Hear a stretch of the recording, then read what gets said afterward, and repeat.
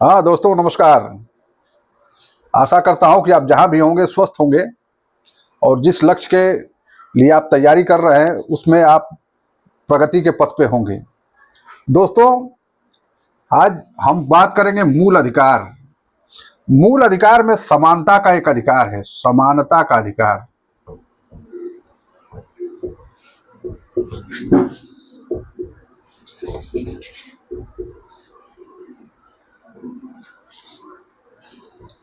जब समानता के अधिकार की हम बात करते हैं तो संविधान क्या कहता है? संविधान कहता है कि देश के किसी भी नागरिक को धर्म, जाति, मूल वंश, लिंग आदि, निवास स्थान आदि के आधार पे वो किसी के साथ क्या करेगा? विभेद नहीं करेगा। विभेद या असमानता का व्यवहार नहीं करेगा। असमानता का व्यवहार नहीं करेगा, यानी कि देश में जो भी नियम और कानून लागू है वो सबके लिए एक बराबर है और सबको समान समझा जाएगा। लेकिन दोस्तों, जब हम आगे बढ़ते हैं तो देखते हैं कि इसमें बहुत सारी विसंगतियां देखने को मिलती हैं और उसमें सबसे विवादित विषय है आरक्षण। क्या है? आरक्षण। आरक्षण, रिजर्वेशन। तो दोस्तों, जैसे ही संविधान लिखा गया उसके साथ ही एससी और एसटी को आरक्षण पहले से ही प्राप्त है। लेकिन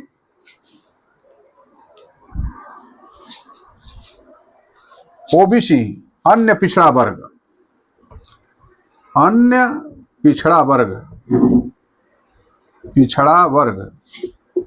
यानी कि ओबीसी को रिजर्वेशन जो है वो बाद में मिला है। और कैसे मिला? मंडल कमीशन द्वारा। मंडल कमीशन की सिफारिशों द्वारा इसे लागू किया गया। तो इन सारी चीजों को समझने के लिए हमको सबसे पहले समझना होगा कि आखिर किस बेस पे इस मंडल कमीशन का गठन किया गया और इसने क्या सिफारिशें की, कब और कैसे ओबीसी को आरक्षण कितने % मिला और कब लागू किया गया। तो दोस्तों, इसको समझने के लिए हमको जानना होगा सबसे पहले कि संविधान में ऐसी कौन सी व्यवस्था थी जिसके तहत मंडल कमीशन का गठन किया गया। मंडल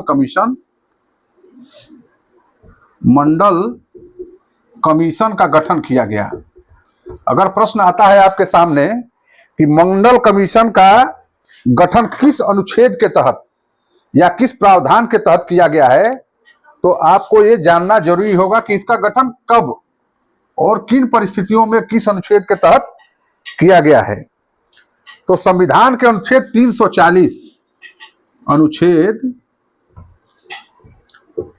340 में संविधान ने प्रावधान किया है कि अन्य पिछड़े वर्गों के लिए शैक्षणिक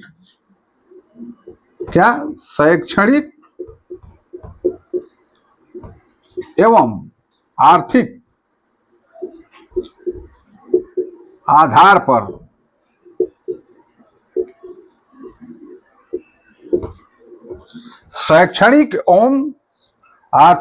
पर सरकार इनके शैक्षणिक और आर्थिक आधार का बार बार परीक्षण करती रहेगी और देखेगी कि क्या इन जातियों का शैक्षणिक और आर्थिक विकास समरूप हो रहा है कि नहीं, समान रूप से हो रहा है कि नहीं, कहीं इनको विभेद का सामना तो नहीं करना पड़ रहा है। इसी को देखते हुए मंडल कमीशन का गठन किया गया। अब कभी कभी प्रश्न आता है कि मंडल कमीशन का गठन किस प्रधानमंत्री के काल में किया गया। तो मंडल कमीशन का गठन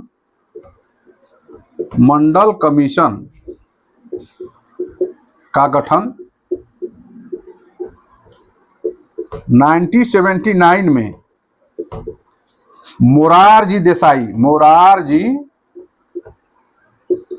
देसाई जो कि देश के प्रधानमंत्री थे, उनके कार्यकाल में 1979 में मंडल कमीशन का गठन किया गया। गठन इस जो मंडल कमीशन बना, इस मंडल कमीशन के अध्यक्ष थे बीपी मंडल, मंडल, जो उस समय संसद के सदस्य थे, संसद के सदस्य थे। अब इस मंडल कमीशन का गठन करने का उद्देश्य क्या था? मंडल कमीशन का गठन करने का उद्देश्य ये था कि यह अन्य पिछड़ा वर्ग ओबीसी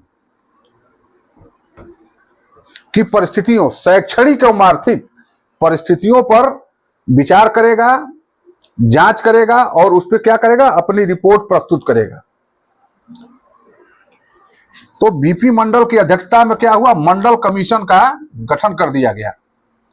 और मंडल कमीशन ने, जिसका गठन 1979 में हुआ, ठीक एक साल बाद 1980 में इसने अपनी रिपोर्ट क्या कर दी, सरकार को प्रस्तुत कर दी।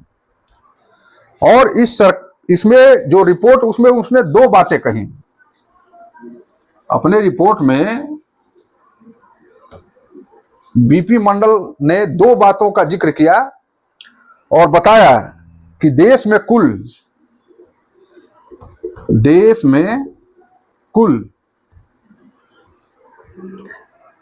3743 ऐसी ओबीसी यानी अन्य पिछड़े वर्ग की जातियां हैं जो शैक्षिक एवं सामाजिक रूप से पिछड़ी हुई हैं। शैक्षिक एवं सामाजिक रूप से पिछड़ी हुई हैं। और उन्होंने बताया कि यह पूरी, इनका जो 3743 जो जातियां हैं, इनका कुल जनसंख्या में भागीदारी कितनी है? कुल जनसंख्या में भागीदारी इनकी है, कुल जनसंख्या में भागीदारी कितनी है? 52%। यानी ये 3743 ऐसी जातियां हैं जो पूरे देश की जनसंख्या का 52%, 52% जो है कवर करती हैं ये 3743 जातियां। इसमें जो ये जातियां हैं 52%, इसमें मंडल कमिश्नर ने कहा कि ये केवल ओबीसी वर्ग के लोग हैं, ओबीसी वर्ग के लोग हैं, इसमें एससी और एसटी शामिल नहीं है, एससी और एसटी शामिल नहीं है। इस प्रकार मंडल कमीशन ने बताया कि कुल देश में जो है 3743 ऐसी जातियां हैं जो शैक्षिक और आर्थिक रूप से, सामाजिक रूप से पिछड़ी हुई हैं और इनके विकास के लिए कुछ योजनाएं या फिर आरक्षण देने की व्यवस्था सरकार को करनी चाहिए।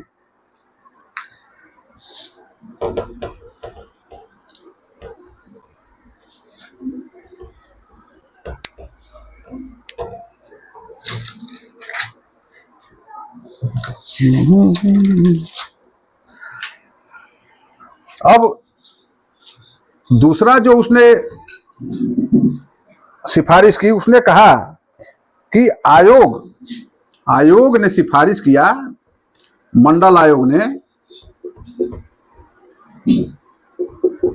आयोग ने सिफारिश किया कि ओबीसी को 27% रिजर्वेशन दिया जाना चाहिए। किसमें? नौकरियों में, लोक सेवा में। जो भी नौकरियां सरकार द्वारा निकाली जाती हैं उसमें 27% आरक्षण नौकरियों में और शैक्षिक संस्थानों में, यानी कि जो भी सरकार द्वारा संचालित शैक्षिक संस्थान है, विश्वविद्यालय हैं, महाविद्यालय हैं, डिग्री कॉलेज है, इंटर कॉलेज है, उसमें क्या है, नौकरियों में 27% और 27% आरक्षण शैक्षिक संस्थाओं में दिया जाए। ये सिफारिश किसने की? मंडल कमीशन ने। मंडल कमीशन ने बताया कि जातियां जो है इतनी पिछड़ी हुई हैं और इनको 27% आरक्षण जो है दिया जाना चाहिए। किसमें? नौकरियों में और शैक्षिक संस्थानों में। अब ये रिपोर्ट आ गई, लेकिन इस रिपोर्ट को 1979 में 80 में जब ये रिपोर्ट आई 80 में 1980 में बीपी मंडल कमीशन ने जो है रिपोर्ट प्रस्तुत कर दी। लेकिन अगले 10 सालों तक इस पे कोई विचार नहीं हुआ, जैसे कि तैसे रिपोर्ट बची रही और उस पर कोई एक्शन नहीं हुआ। लेकिन जब 1990 में, ठीक 10 साल बाद 1990 में बीपी सिंह की सरकार आई, जब बीपी सिंह प्रधानमंत्री बने तो उन्होंने क्या किया? 1990 में मंडल कमीशन की सिफारिशों को क्या किया? लागू कर दिया। लागू क्या कर दिया कि किसी भी शैक्षिक संस्थान में, शैक्षिक संस्थानों यानी कि विश्वविद्यालयों, इंटर कॉलेजों, डिग्री कॉलेजों, जो भी शैक्षिक संस्थान है, IITs हैं, मेडिकल कॉलेज हैं, सभी जगह ओबीसी के छात्रों को 27% का आरक्षण दिया जाएगा। दूसरा उन्होंने क्या बताया? शैक्षिक संस्थानों में और जो भी नौकरियां निकलेंगी, जो भी लोक सेवाओं में जो नौकरी निकलेगी, उसमें भी ओबीसी वर्ग को 27% का आरक्षण लागू कर दिया 1990 में बीपी सिंह ने। अब ये चीजें जो है चलती रही, लेकिन बीपी सिंह की सरकार जो है, इसका बहुत बड़ा विवाद, जब ये आरक्षण लागू हुआ तो पूरे देश में पूरा विवाद हुआ। जितनी भी ओबीसी जातियां थी और चाहे सवर्ण जातियां थी, सवर्ण एक तरफ हो गए और ओबीसी एक तरफ। चूंकि इनको लाभ प्राप्त हो रहा था तो ये अलग थे, और ये जो थे सवर्ण, ये इसका विरोध कर रहे थे कि अगर 27% इसको आरक्षण हो जाएगा और पहले से ही एससी और एसटी को आरक्षण प्राप्त है तो हमारे बच्चों का सिलेक्शन कब होगा या फिर शैक्षिक संस्थाओं में उनका प्रवेश बाधित होगा। लेकिन ओबीसी जो जातियां थी, अभी तक जो पढ़ने लिखने में पीछे थी, अब उनका वो विश्वविद्यालयों में, कॉलेजों में, डिग्री कॉलेजों में, बड़े बड़े IIT और मेडिकल कॉलेजों में जब पहुंचने लगे तो एक माहौल बदल गया पूरे देश का। लेकिन दोनों जातियों के बीच में, दोनों वर्गों के बीच में मतभेद होने के कारण काफी संघर्ष हुआ और बहुत सारी विवाद की स्थितियां उत्पन्न हुई। तो 1991 में बीपी सिंह की सरकार जब चली गई, बीपी सिंह प्रधानमंत्री के पद से जब हट गए तो प्रधानमंत्री कौन पड़ा? पीवी नरसिम्हा राव। 1991 में पीवी नरसिम्हा राव ये कांग्रेस के प्रधानमंत्री बने, कांग्रेस की सरकार बनी और पीवी नरसिम्हा राव जो है प्रधानमंत्री की गद्दी पे बैठे। तो इस विवाद को देखते हुए सारी चीजों को उन्होंने थोड़ा सा उसमें सुधार करने का प्रयास किया और उन्होंने कहा कि ये जो 27% का आरक्षण है शैक्षिक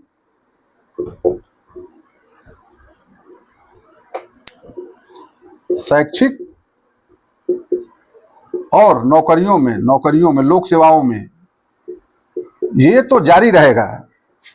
लेकिन जो वर्ग के लोग हैं, गरीब ओबीसी में भी जो गरीब हैं,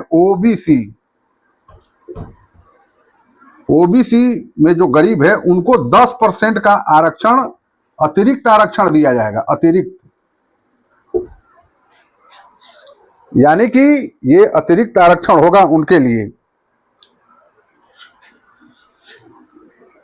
तो ये प्राथमिक आरक्षण था और ये दूसरा जो था वो अतिरिक्त आरक्षण। और ये किसके लिए था? ओबीसी वर्ग में ही जो लोग बहुत पिछड़े हुए थे, बहुत, मतलब ऐसी जातियां जो कहीं भी उनकी भागीदारी सुनिश्चित नहीं हो पाई थी, उनके लिए 10% अतिरिक्त आरक्षण की व्यवस्था पीवी नरसिंह राव की सरकार ने किया। लेकिन ठीक उसके बाद 1992 में